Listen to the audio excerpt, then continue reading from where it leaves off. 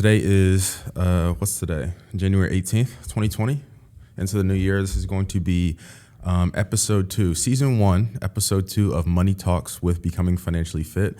Today we have our guest, Jonny Deckman, one of my longtime friends. I've known Jonny for years now, ever since college. So Jonny, welcome to the show, man. Thank you, brother. Thanks for having me on. Of course. So we got an interesting show today. We're going to be talking about the diamond business, right? Because Jonny Deckman is a diamond dealer here in New York in the Diamond District. So, well, I'm not exactly in the Diamond District anymore because we'll get into it. But the Diamond District is a unique place in the city of New York. You have all these unique places. You have Chinatown. You have all these places. Diamond District is in a world of its own. Okay, so yeah, we're gonna get into all of that. But first off, I'll just tell you guys how we met. So I met Jonny back in college, like I said. We went to the Ohio State University. And Jonny lived a couple streets over from me. We became friends after I stopped playing football in college, and we both moved out here around the same time. So it's been great. It's been a great friendship. I will say that.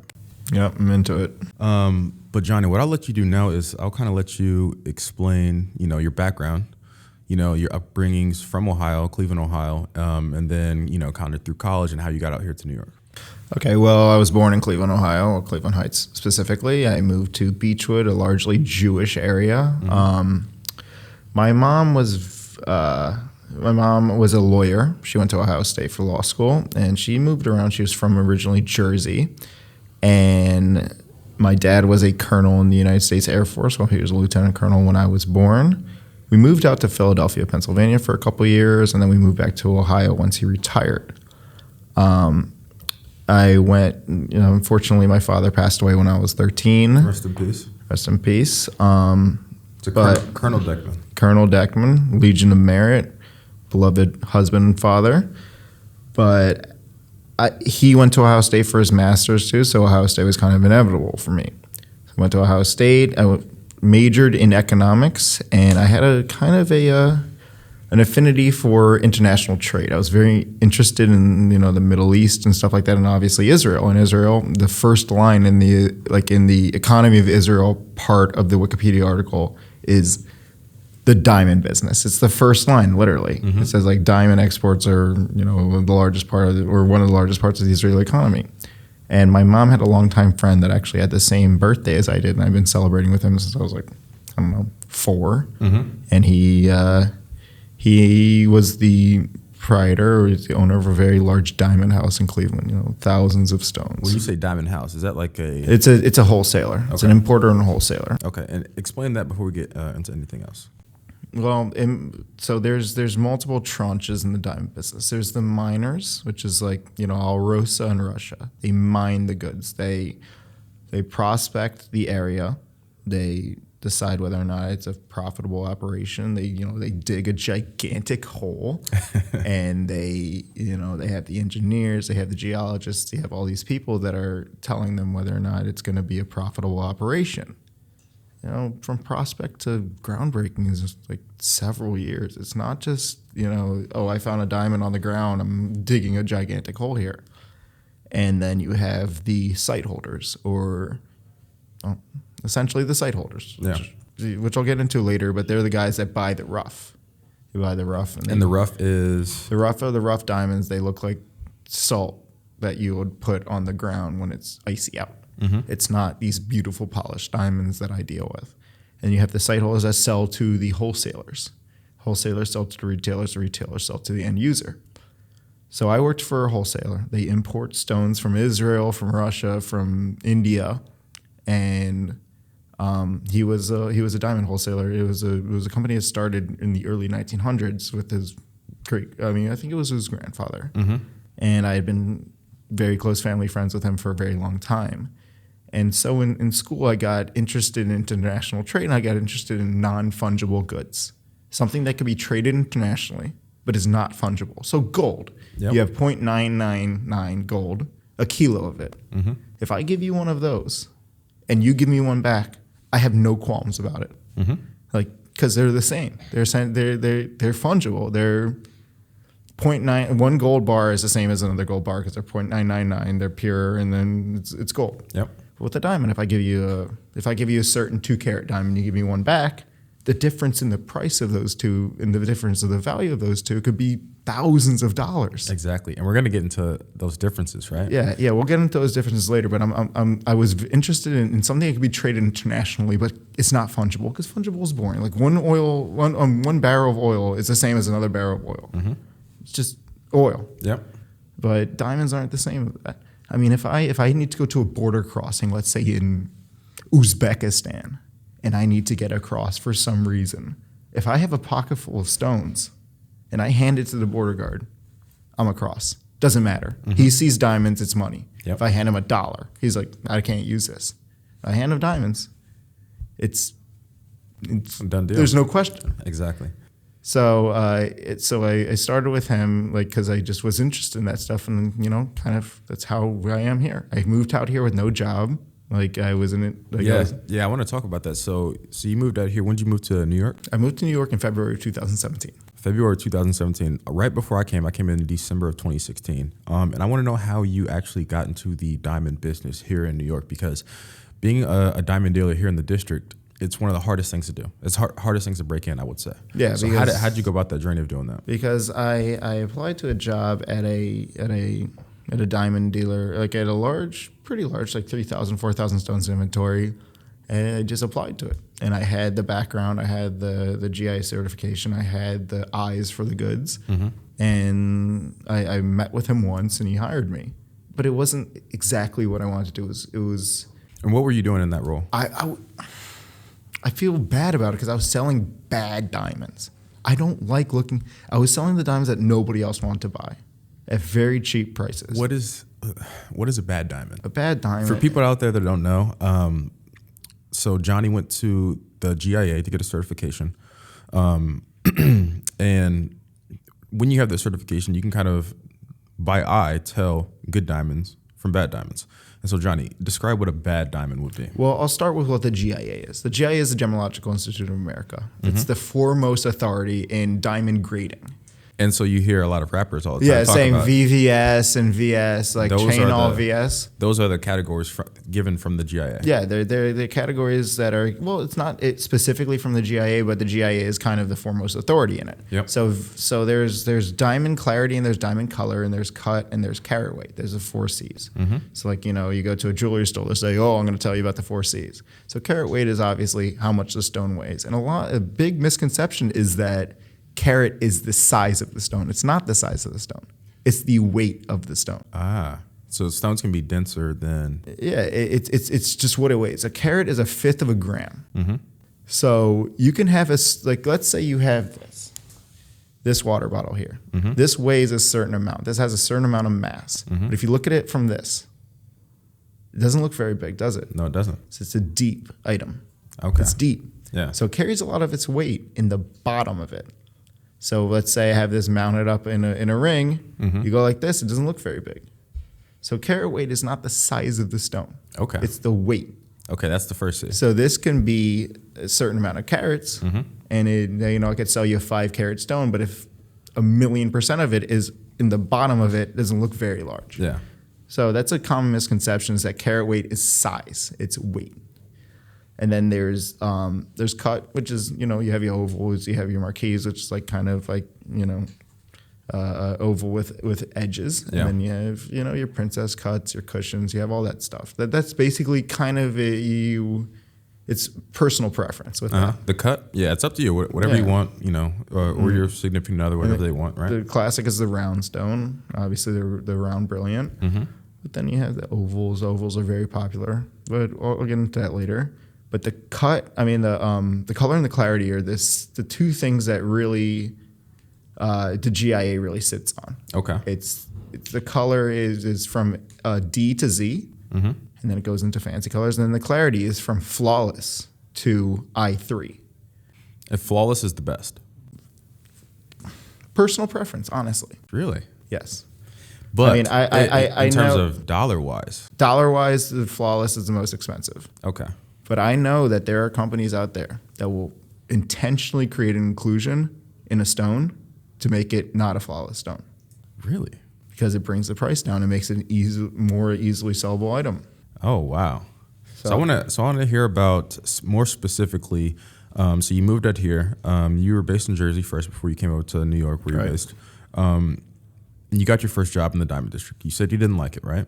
And you said you were wholesaling bad stones. I was wholesaling stones that nobody wanted to buy. When you say nobody wanted to buy, you're not selling to customers, retail customers like myself or our team members, right? You're selling to other shops within the Diamond District. No, I was selling to stores. Stores, okay. Stores, but they were like pawn shop tier stores. They weren't gigantic Rolex dealers. They were stores that had customers with lower budgets that would buy stones that are included or deep or. What does included mean? Included means that there's a crystal within the stone that the diamond lattice was formed around. That's not good. It's not good because it's either visible with the eye or it just doesn't look like a nice diamond. It's either cut wrong or it's included or it's a deep stone. Like I said, like the Fiji water bottle is like it's deep. So, when its face is up, it doesn't look as large as the weight is. But I felt intellectually dishonest selling these diamonds because I felt like I was selling crap to people. Yeah. I mean, because diamonds are beautiful things, and they're inherently beautiful. And in your craft, you would never want to do that. Yeah, it's like selling. It's working at a used car lot, and I have no problem with people that are working at used car lots because they are. That's their craft. They fill a niche in the market. Mm-hmm. They sell lower priced items to lower budget people. Yep. But I love diamonds so much that I felt bad selling these goods. Now let me ask you this question: what is it like to work here in the Diamond District in New York? It's a madhouse. What do you mean? I've never seen more people just huddled on the sidewalk in the middle of the sidewalk doing business. These people are swapping 5 characters, 10 characters, in a crappy piece of paper to each other.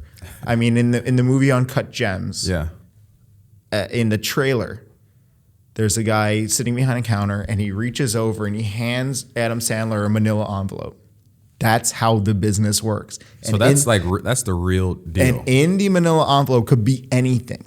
It could be a 10 carat diamond. It could be a 20 carat. It could be a 30 carat. It could be anything worth from like $200 worth of Melly, which are small diamonds, to 35 carat D flawless, but they all come in the manila envelope. It doesn't matter. Like nobody delivers them using a sweet box or something. It's all in the manila envelope. Okay. Manila envelope is law down in the Diamond District. And so how did you start to navigate your way through that as a newcomer to the district and the diamond business as a whole? When people ask me if I'm buying or selling, I say I see you every day, bro. I'm not buying and I'm not selling. So you don't do anything on the street? I don't do anything on the street because it's not that it's dangerous. It's that it's a bit shady. It's because it's not that it's shady like somebody's gonna rob me. It's that shady that they just don't pay very much for it. Yeah. Okay. And since they buy off the street all the time, it's not an interesting market to be in, but it's a very interesting place to be in. Okay. Because the Diamond District is unlike any other place in New York City. Well, actually, probably in the world. Because the Diamond District is just, it's like there's 5 million cigarette butts on the ground because there's 5 million different nationalities that work there. You have your Persians, you have your Bukharians, which are like Jews from Uzbekistan. You have your Hasidim, you have your Asians, you have Hispanics, you have everything down there, and it's all coming together just as a crazy, just melting pot of everybody just trying to do some business. It's like every day. It just never stops. Does it stop at let's say 5 p.m.? No, it stops probably at 6:30. But 2 o'clock on Friday. 2 o'clock on Friday. Yeah. Shabbos, baby. So now this is money talk. So I'm gonna ask some hard hitting questions. Go for it. What was your base salary as an incoming diamond dealer here in New York? Here in New York, $15 an hour. $15 an hour. 2% commission. But back in Cleveland, it was $15 an hour as well. But I was sorting Melly, and Melly is an important part of the diamond business. Melly is stones under 0.13 carats. Yeah, smallest stuff. How did you survive off $15 plus the 2% commission? I lived in Jersey for free. With your folks? Yeah. Okay. Why not? I mean, I met some people. I needed my break in. I walk through the district and I see 3 or 4 people I know every day. They always shake my hand. They ask me for what's good for business. And I mean, it's about connections. The diamond business is about connections. It's like if somebody calls me for just your word is bond. Yeah, my word is bond. It's Mazal. Yeah. I'll explain Mazal later. Okay. But if somebody calls me that they want to sell me something, and I don't recognize the number. I don't know any of that. I'm like, I don't think we're buying right now. But if I recognize the phone number, yeah, bring it in. Okay. And now, usually, how is money made when you're selling a diamond in the diamond district? Selling a diamond in the diamond district, you have to be a let me preface this for the person who's selling it, the salesman, which you would be, but also for the company that owns the diamond as well. Somebody that owns the diamond probably bought it very well. I mean, I work in the business of the nicest stones in the world. I don't work in the business of the bread and butters anymore. I used to, but now I work. And this is the Mecca for stones. Yeah, I mean, New York is the Mecca, Antwerp is the Mecca, Ramat Gan is the Mecca, Mumbai. But selling in the diamond district is a little difficult because they have so many people, other people around them that are trying to sell them. They're trying to give them the best price. So they're trying to give them the strongest prices possible. But sometimes that's just not easy because a lot of the diamonds, like I told you, are coming from India, and they have a lot of stringent regulations there that say you cannot adjust the price this much. So it was difficult for me to sell when I was working for an Indian company. Now it's not so hard. And where do you work now? I work for Nader Cash. Okay. And Nader Cash is a company that's known just in the diamond business for having the nicest fancy shaped diamonds in the world. What are fancy shaped diamonds? Fancy shaped diamonds are diamonds that are not round brilliant. And so fancy shapes are a little bit more difficult to gauge because round stones by the GIA, they have a cut grade, meaning like, you take a 2 carat, say it's a D flawless, because so we don't have to talk about inclusions. You take one 2 carat D flawless with an excellent cut grade, an excellent polish, and excellent symmetry, which are things that are gauged by the GIA. You take another 2 carat D flawless, excellent cut, excellent polish, excellent symmetry, and they look almost exactly the same because it has a cut grade. So they have the same light return, they have all the same of that stuff. Fancy shapes, they don't have a cut grade. So you really have to look at the stone to know what it. You have to eye it out. Yeah, you have to eye it out. And our stones, they're just phenomenal. They're the nicest stones in the world. I have companies that have 8,000 stones in inventory calling me for one of our diamonds because they just there's nothing else like it out there. So in return of having the nicest fancy shapes, we have a little bit of higher prices, but you put those 2 stones together next to each other, there's no comparison. Okay, now how do you make money? How do I make money? Yes, how do you make money in the diamond business personally? Selling, prospecting, selling jewelry. Yeah. Because if you put one of my eternity bands next to another eternity band, my stones are all matched way better. You put one of my line bracelets next to somebody else's line bracelet. Line bracelet is wonky. It's got bow ties in the stones. It's like the stones there's eye visible inclusions in it. And everything is just made so well. And I make money doing private clients. Okay, and on a typical sale, right? A typical sale throughout the week, somebody calls you and say, "Hey, I need a certain type of diamond." Is it a private client or is it a store? I want you to explain both, and I want you to explain how your commission structure or your pay is based in both of those situations for the people that maybe wanting to get into the diamond business, right? And they're just wondering, how do I really make money as a salesman? Well, store. Usually they're established stores, so I don't make commission on that. But they're. Do you have a base? Yeah, I have a base. What's your base? My base is 48 grand. 48? Yeah. Okay. So your base is 48. You don't make commission on store sales. Private clients is where you make your money. Okay, now explain that a little bit for the people. Private clients are people that we bring in. They need to get engaged. So they come in and I show them stones, I show them mountings, I show them all that stuff, and they choose either, one of the stones that I give them, and then I pick out a mounting, I send it to the manufacturer, I finish it up, and they're happy. Yeah. A lot of the times they don't even come in. All over the phone. Over the phone, over text messages. Emails, everything. Yeah. Social media as well. Social media is, a lot of my stuff is done via DM. Yeah.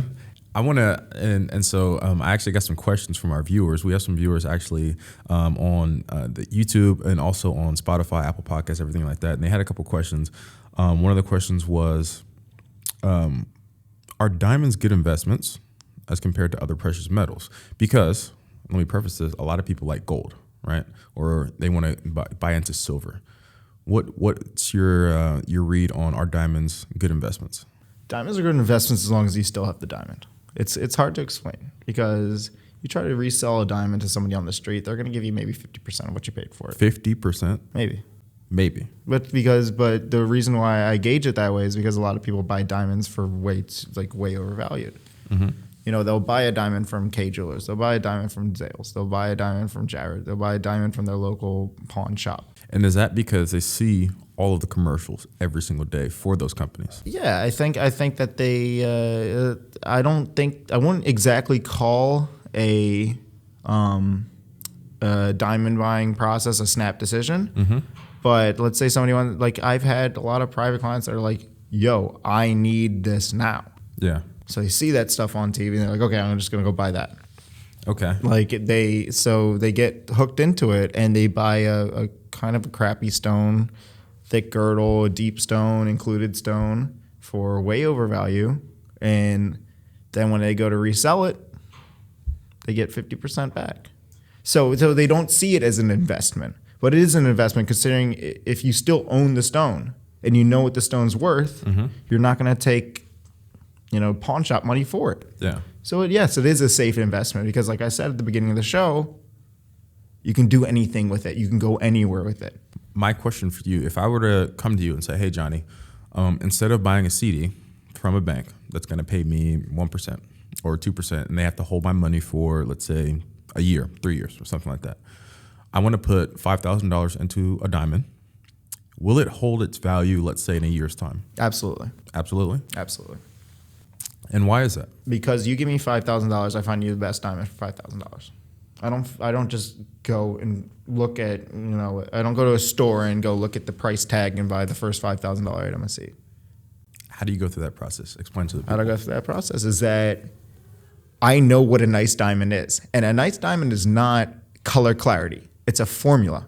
It's really, you got to take this $5,000 and you got to really put it together and you got to do the best combination of color, clarity, and size and spread of the stone and how it looks and how it faces up and how it reflects light. You take all those things together and you take that $5,000 and you buy the best diamond for that money.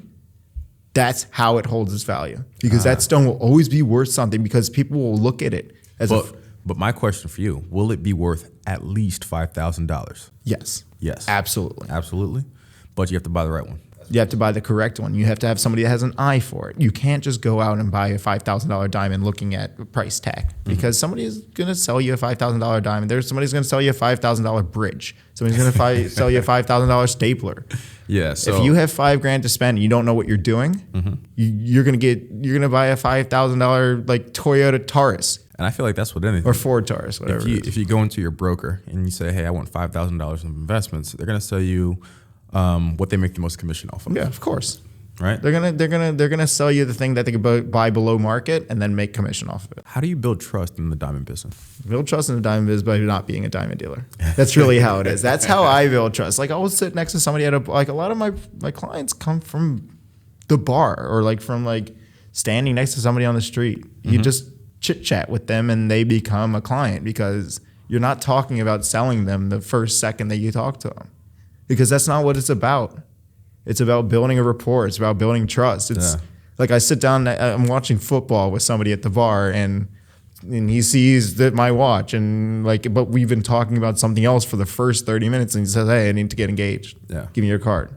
It's not like, hey, bro, it looks like you have a girlfriend. Do you want to buy a diamond from me? If you see someone in the bar You see they have nice taste. They maybe have a nice watch on, or they ask about your watch that you have on, and you start to get into that conversation and build a rapport. How long from that conversation into them buying a stone does it usually take for you?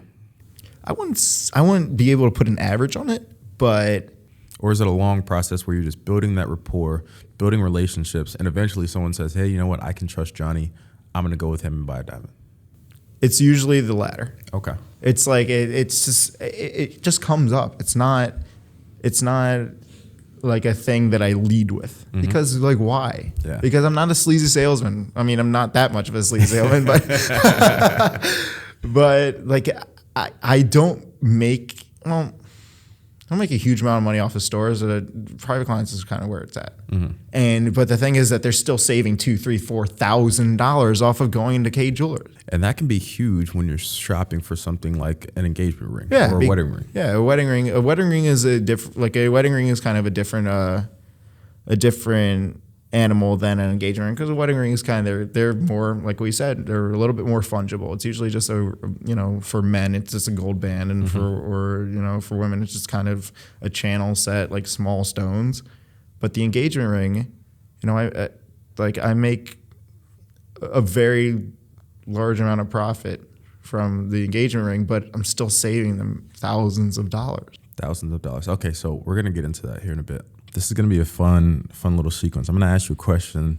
For those viewers out there that, will probably be getting engaged or married within the next 3 or 4 years, right? And they're saying, this is for the guys out there, how do I go about searching for my engagement ring or my wedding ring? And I'm going to start it with this question. Let's say I walk into a diamond store and I'm looking for an engagement ring.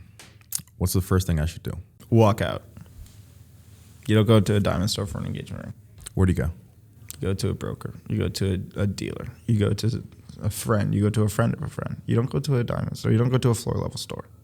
What do you mean when you say floor level? Floor level is like on the lower level of 47th Street. So if you walk into a diamond store on, let's say 47th, which is the diamond district in New York, never buy anything from them. Absolutely not. Now where would I go? You go to a trusted dealer. Because they and we have manufacturers that it's a little difficult to explain.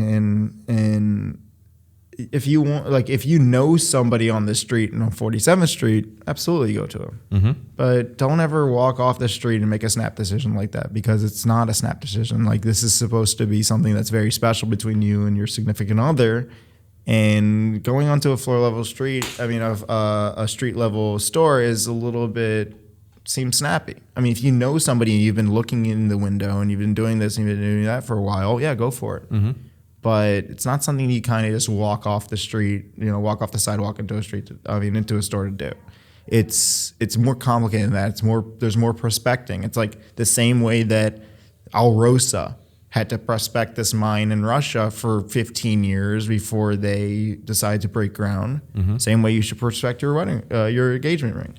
Okay, and how would I go about finding a broker if I'm just looking online? Things I know about and what the viewers probably or the listeners probably know about are things like Tiffany Diamonds. Of course. Tiffany, David Zales, Yurman. K Jewelers, David Yurman, these huge diamond dealers. How do you go about finding a broker? And like you said, a trusted broker to know you're getting the best deal. Well, it could be a broker, it could be a dealer, but to know you're getting the best deal is really just I'm not saying shop around, because it kind of destroys the trust when customers shop around, but it's a smart shopping decision. But everybody knows a diamond dealer. Everybody does. I can ask you, you have say one of your family members in Columbus asks, "Hey, I want to get married. You know somebody?" Exactly. You say, yeah. "I know Jonny Deckman." Yeah. And there's lots of degrees of separation that can still be used to reach somebody that knows the diamonds and knows the diamond business can get the best prices for you. But there's some people that are just they're eager, or they're not very well connected. You should never rush into it, right? Absolutely not. And let's say you have a budget, maybe $5,000 to $10,000, which I think is reasonable for an engagement/wedding ring. How do I stay in budget? $5,000 to $10,000 is a huge gap. You know, there's tranches in. Explain those. It's okay. So I'm gonna go into something that might be a little bit complicated for viewers, but I'm not trying to talk down. But I'm just saying that it's a lot of information to intake. Okay. So you know multiplication tables, correct? Yes. It's like you have 5 and you have 2, and you go together where they meet, and it's 10. Mm-hmm. There's the pricing structure of diamonds is kind of like that. So let's start at a carat and go up. So 1 carat up to 1.49 carats. It has a price sheet made by Martin Rappaport, who's kind of an authority in the diamond business, really the guy who prices stones based on market forces and based on rarity and based on things like that. Uh-huh. So you have 1 to 1.49 carats, and you have D to, I think M color, and then you have the clarities. So if you take a D flawless, you go D, then you have FL, and you go together, and that's the price per carat that Martin prices it at. And that price is what you would sell it for. No. That price is what Martin says the price is, and every dealer works off a discount of that. So if I say I'm selling this for 30 below, which means I'm selling 30% off that price per carat that's on that list. And it's a pretty commonplace to sell it for a percentage below. Yeah. Always, and that's right? And like, so if I have a 190, which is direct, it's like very close to 2 carats. Mm-hmm. I sell it for a much lower, like a much smaller discount, like maybe like 5 below, and I'll sell a 151. Mm-hmm. Because the second you go to 2 carats, it jumps. The price jumps. Oh, okay. So for instance, I own after 5.99, it's really just a crapshoot on what the diamond is priced at. So, like, when let's say you recut a stone to a higher clarity, you recut it, you cut out an inclusion.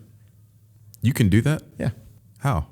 Let's say the inclusion's on the girdle of the stone, which is like the outside. Mm-hmm. Let's say the inclusion's out there. You can recut the girdle and cut out the inclusion, and the clarity goes up. Wow. You resubmit it to the GIA, and the clarity goes up. Wow. So you automatically jump up on the price sheet the second you do that with the same stone. But if you recut, it doesn't take some of the weight out. It takes some of the weight out, but if you stay within that pricing structure, like let's say I have a 165 that I cut down to a 159, it's still between 150 and 199. And so you're still going to be in that price bracket in order for you to make the money. Yeah, and you're still in that price bracket, but it jumps up on the list. Mm-hmm. The price of the stone and the value of the stone jumps up on the list because you cut out that inclusion, but it stays within that pricing structure for that size. I mean, for that carat weight. Does that happen a lot? People do it all the time. Really? So they get a diamond that's already been graded by the GIA. Yeah. They recut it to remove the inclusions or just to reshape it or something like that. Mm-hmm. To get like a very good symmetry instead of a good symmetry. And okay. So I'm kind of like catching on now. I'm a little slow. I'm catching on. Right. So let's say I buy a diamond that has an inclusion, right? And because it has an inclusion, I get a discount for it. Right. Now let's say I know an excellent cutter, right? They recut it. I get it regraded from the GIA. That's how you make your money as a diamond dealer. Well, that's one way. Okay. I mean, how you make your money as a diamond dealer is just selling diamonds, but that's a way to increase the value of a stone that you already own without really spending much money on it. Mm-hmm. It's and that recut process. How long does it take, and how much? Couple days. That's it. Couple days. Wow. So you can buy something on a Monday. And have it recut, and by Friday it might be worth thousands of dollars more. Oh man! Yeah, it's like let's say I buy a round stone with a very good cut grade. Yeah, send it to my cutter, he cuts it to an excellent cut grade. Resubmit to the GIA. A couple days later, I get a report from the GIA that says it's excellent cut grade. Stone just went up in value by 10%, 20%, and you can have it out the door that same week. Right. Wow. Yeah, It's interesting though because you need to make sure that you send it to the right person. You can't just have some bootleg cutter do it. You need to. I mean, sometimes, like for instance, the 300 carat stone. This is the largest deflawless stone in the world. It's it was cut from a 1100 carat piece of rough mined in Botswana. It was bought by Graf. Graf is one of the largest guys. There's Graf, there's Kwiat, there's David Yurman, there's Tiffany, there's like those guys. But Graf and Kwiat and like De Beers are like the main people. So Graf bought a De Beers. Yeah, De Beers. We'll get into De Beers, but De Beers is less influential than it used to be. Okay. But Graf bought an 1,100 carat piece of rough, from, I don't know, whoever mined in Botswana.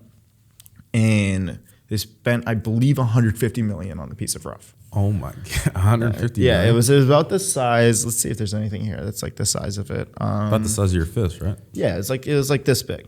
And so they cut it 60 diamonds off of it in order to get to the center of this, to the center of the rough, in order to cut this large stone.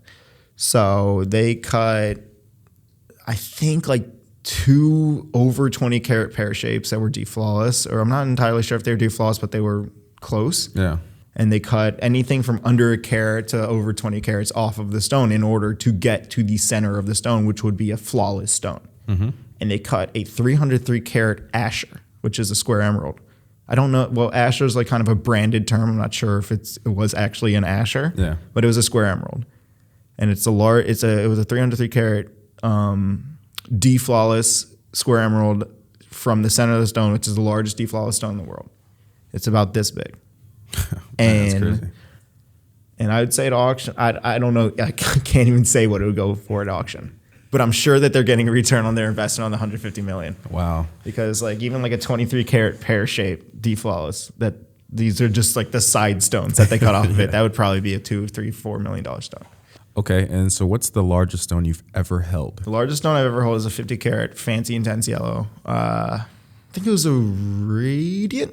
No, it was a cushion. It was like a paperweight. But it's not the most expensive stone I ever held. What's the most expensive stone you've ever held? The most expensive one I've ever held is a 42 carat DVVS1 square emerald. And how much was it? I think like if you were to sell to a retail customer, Yeah. If I wanted to buy, how much would you over sell it to? $10 million. Wow.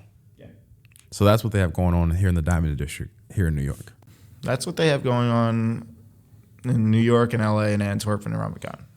That's really where India is doing like lots of cutting operations, but they're cutting bread and butter goods. They're cutting GHSI1 rounds, like 150, like 30 pointers, which is 0.3 carats up to 2 carats, like the stuff that a retail customer would buy. Okay, and so I want to switch gears a little bit, and we're going to talk about something that is probably near and dear to a lot of our viewers, but this is going to be Instagram jewelers. Instagram jewelers Entertainment jewelers, people who we've probably heard their name. They've probably been in a rap song, right? Greg Una, Eliante, Pristine, Ben Baller. Yeah. Ben Baller. So Jonny Dang as well. Yeah. And so how do those diamond dealers compare to a normal, I would say, diamond dealer? Someone who's not on Instagram, someone who's not selling to entertainers or athletes? Well, it's kind of difficult because the guys who do the Instagram stuff, there are now more of them that are doing private clients that want an engagement ring rather than they want a custom piece or they want an iced out AP or they want something like that. And so it's kind of it's hard to explain because the private client like engagement ring Instagram people are growing. They are. Like Jonny Dang's been around forever. And Ben Baller's been around forever. Ben Baller used to be a producer at New Dr. Dre. That's how he got he got into it. And he's also very good. Yeah. Like Greg Una is also doing that kind of stuff. Like Greg Una, like Pristine, I see is really, Eliante are really the only people I see doing larger stuff, like doing larger goods. For instance, like Jonny Dang is making a grill, and he has a bunch of tiny diamonds, but those are a dime a dozen for those small stones. I mean, if you want VVS small stones, it's kind of a pain in the butt, but you can do it. But the people that are finding these 20 like caraters, these 10 caraters, and these 30 caraters, these large stones are starting to break into the market a little bit more. So the rapper jewelers and the athlete jewelers, they're always going to be around. But the Instagram game is becoming a lot larger for the private jeweler. Like I have like one of my friends, he has 70,000 followers on Instagram and does a lot of private sales a month because he's just posting these insane items. Yeah. Like these items that people don't really see. Like I said. So you could build a side hustle strictly off of social media. Absolutely. In the diamond business. Easily. And would he source something, let's say, from someone like yourself? Yeah, if he needs like an insane cushion with a 120 ratio, which is like length to width, which is very hard to find. Because they're cutting diamonds now to save weight. They're not cutting them to be beautiful stones. They're cutting them to stay above 2 carats, and it's an uglier diamond, but it's above 2 carats, which means that it's still up on that pricing sheet. Mm-hmm. And so let me ask you this question. People talk about Rolexes, APs. You have an AP on right now. Does the price of that Rolex or AP go down if you ice it out with diamonds? Yes. And why is that? Because you would expect the price to go up if you're adding, let's say, valuable diamonds to it. Because you're marginalizing the market that would buy it. Because if I go out there and I have, if I go to the stock exchange and I say I have a Rolex Daytona with the white face, which has been phased out, which is a very rare very rare item now, and I say, hey, who wants to buy this for cost? Yeah, everybody would raise their hand. If I have a Rolex Daytona that I drilled 30% of the gold out to replace the diamonds, and went to the stock exchange and said, who wants to buy this for below cost? People would be like, I don't need that. Wow. Yeah, they're like it's a niche market that wants a iced out watch. So the smart money would say, don't ice out your AP. If you plan on owning it for your life, yeah, go for it. If you plan on reselling it, don't do it because the value is just going to go down. Probably not. I'm not going to say the value is going to die down, but you're going to drill out gold, which the jeweler, whoever does it, is going to keep, and they're going to resell, and you're going to reduce the market that would buy it off of you. I mean the Patek Nautilus, the stainless steel Nautilus, used to be a $30,000 watch at dealer cost. You can't find it below $99,000 these days. That's crazy. And this was like 3 years ago or 2 years ago. And what raises the cost of things like a Patek or a Rolex Hulk or a Sky Dweller or something like that? Rarity. You know how long it takes to make a Sky Dweller? How long? 2 years. By hand? Yes. Wow. Sky Dweller takes 2 years. And so that's what people are paying for when they buy these jewelry pieces. Yeah. So when they buy diamonds, billions of years. Which is why there's these commercials on now about diamonds, because they're like rare is real. Yeah. Because it's not man-made. And so you get a diamond and you have this sick stone on your finger that's spent billions of years under Earth's crust forming. And then people spent 15 years looking for it. And then they spend whatever amount of time it was to cut it. And it's before the dinosaurs were here, that thing was underneath the Earth's crust. And that's why it's a special item. And that's why I'm doing just fine, even though that there's man-made diamonds on the market. And I was going to ask you, what do you think about the diamonds that are made in the lab? The diamonds that are made in the lab don't go to my customers. They just don't. Would you ever sell a man-made diamond to your customers? No. Why not? Because my customers expect better than that. They expect something that, how I see it is that wealthy people are always going to want the best of the best. So if they have the money to buy a diamond, they're not going to skimp. Yeah. And I respect that. That's fine, because they want the real thing. They don't want a synthetic stone. And though it may face up like a real stone, it's just not the same. A bunch of scientists standing around forming a stone is not the same as something being formed on Earth's crust under extremely small chances that it's going to be a gem quality piece of rough, and then extremely small chances that they could cut this beautiful stone out of that piece of rough, and an extremely small chance that they're going to even find it in the first place. Like that's the inherent value that these things hold. It's just small chance after small chance after small chance. And so if that's the case, is a natural diamond more expensive than a man-made diamond? Absolutely.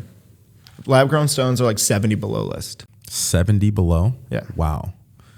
Can you tell the difference? And how do you tell the difference between something that's man-made versus something that was made in the lab? Well, a couple of years ago it was a lot easier, but now there's machines that sell it that that will say whether or not it's synthetic. Mm-hmm. A couple of years ago they used to. I think that one of the processes of making a man-made stone involved metal, so man-made stones were slightly magnetic.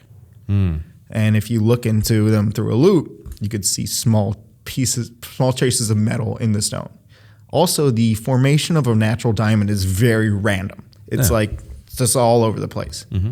But man-made stones, they used to be like kind of put into a star, and then between the arms of the star was how the diamond formed. Mm-hmm. So through like certain imaging, you could see that it's a man-made stone because you could see exactly where the genesis of all this stuff was, and it's like kind of shaped like a star. Okay. Wow. Okay. So I'm probably going to get married within the next couple of years. We'll see. Idiot. If I'm shopping for an engagement ring, should I pay for it all up front or should I finance it? Never finance it. Never finance it. Because people that the people that finance are the same kind of people that will sell you a diamond for cost and then destroy you on the mounting. They'll sell you a mounting for $3,000 and they'll sell the diamond for cost. And what's the difference between getting the diamond, just regular diamond, versus the mounting as well? The mounting is where they make their money. Really. Really? I mean, they'll make slimmer margins on the diamond. It's like, 10% maybe. Mm-hmm. Well, a retail store will make hand over fist on the diamond because they're buying it for very low and they're selling it for very high, and they have people that just walk in. Yep. But the mounting, they'll sell you the diamond for cost if it means they can make a lot of money on the mounting. And so usually, how much would an average mounting cost, or how much should an average mounting cost? An average mounting with melee, which is small stones in the shank, which is the circular part of the ring, Mm-hmm. between $1,500 and $2,500. Okay, so that's what you... Because it's the gold, Yeah. It's the diamonds in it, it's the labor. That's what you should. And so anything, if you're paying anything over that, you're probably getting robbed. You're getting owned. Oh, okay. So now, can you become wealthy as a diamond dealer? Absolutely. How? Be good at business. Buy the right stuff. Buy right and sell correctly. Buy right means like you see an item and you see a price and you look at the stone and you're like, this is a stone that I could sell like this. There's been times where there's been a diamond in my office for one day, sold the next day. Wow. But there's also people that don't buy right and they don't buy the right items. They don't buy the sellable items. They buy items because the price is right, and it just rots in inventory for so long. Mm-hmm. You have to have a consistently changing inventory and a consistently right inventory to become wealthy. Like the guy who died because he was getting a penis enlargement, he was over a billionaire. The Israeli diamond dealer, Lev Leviev, over a billionaire. Jacob and Co. I think he went to jail for for like money laundering or something. Also extremely wealthy. But if you buy the correct stuff, market forces will never affect you, because there's always going to be somebody that needs to get married, and they're always going to want the right item. Yeah. They don't want the crap. It's all about supply and demand. Yeah, they don't want the crap. They want the correct item. They're willing to pay top dollar for it. Mm-hmm. And I don't feel bad because I know that they're getting their money's worth, because they're buying the nicest diamonds in the world. They're not buying like garbage. Yeah. They're not buying an included stone that just because the GIA certificate says a certain amount, like certain thing, that they're getting their money's worth. They're buying something that holds value. Mm-hmm. And on top of that is gorgeous. Like I sold a diamond, I sold an engagement ring to one of my friends, a couple months back, and I put out 4 stones in front of him. And the second least expensive stone was the nicest one. I was like, bro, you can have this one, you can have this one, which is like the most expensive, least expensive, but this is the correct stone. And I made less money on it, but it was just the right stone. And I feel like if you're doing good business, and it sold itself. He's like, dude, I didn't even look at the other stones. This one was the right one. I was like, it's, and this, if you have stones that sell themselves, it's really. And when it comes to business, typically if you do good business, you're going to get repeat customers. You're going to get word of mouth traffic, right? And so now my question for you would be, even though you do work under a brand, Kuya. No, I don't work for Kuya. I work for Nader Cash. Excuse me. You work for Nader Cash. Do you ever think about starting your own business? Eventually, I think I'm going to. Really? Because I think I'm going to want to branch out to exclusively privates. Mm-hmm. But I love where I work now, and I love who I work under, and I love who I work with. And our reputation is extremely good, so I have a lot of flexibility when it comes to doing business. And but eventually, I think that privates are going to be my main thing because I think I'm just better at it than It's just kind of. I don't know. I think privates are eventually going to be my main source of business. Yeah. Because I can relate to people and it's easy to sell to people that trust you, because I would never screw them, because that's your Achilles heel in the diamond business, is screwing people. Yeah. Word of mouth is huge. It is. And people have been burned so badly by screwing up one time in the business. Once. You do one bad deal and nobody will work with you again. And so for anyone out there that's looking for a diamond, do your research. Talk to someone that you can trust. Someone like Jonny Deckman, right? Because he's going to actually, help you guys navigate through the diamond buying process. If you want to have something, you're probably going to make the purchase one time, right? And you're probably going to have it forever. Hopefully. You don't want to make that twice. Yeah, right. And so I do want to wrap up by saying thank you for being on the show. Of course, man. But before I let you leave, oh no, I want you to get into some of your goals for 2020 and then some of your long-term goals as well. Goals for 2020 is just to keep doing good business. It's to build a rapport with more of these stores and do well by my superiors, mm-hmm. and expand the private business. And some of the guys that I've sold engagement rings to in the past year, I want to give them their wedding rings. I want to do it right. Mm-hmm. I want to design them whatever they want. I want to deliver it to them, in a timely manner. And long-term goals, who knows? It's the business is never going to go away. You see a lot of older diamond dealers who back in the 1970s or mm-hmm. 80s were doing so much more because more people were getting married back then. Yeah. But I don't see it that way. I'm not sitting here sulking because the business isn't what it used to be 40 years ago or 50 years ago. Mm-hmm. I'm sitting here getting ready for 2020s, like getting ready for people to keep getting engaged, getting ready for people to buy an eternity band. I'm pumped. I'm not sulking. I'm not depressed about it. Are you pumped for them to get remarried? Yep. Number 2, baby. But yeah, I'm getting excited about, expanding private business. I'm getting excited about, the upcoming years because the economy is doing pretty well, and mm-hmm. and more people are falling back into traditional ideas of getting married, and more people are, more people that I know are falling into their careers and thinking about, next steps. Mm-hmm. So that's kind of what I'm, building my excitement on. Okay. Well, Jonny, I want to thank you for being on episode 2 of Money Talks. Thank you, my friend. With Becoming Financially Fit. I'm going to post this to YouTube, including Spotify podcast, Apple podcast, pretty much anywhere on social media that you guys want to see this information, you guys can go to. And Jonny, I want to give you a chance to give us your socials.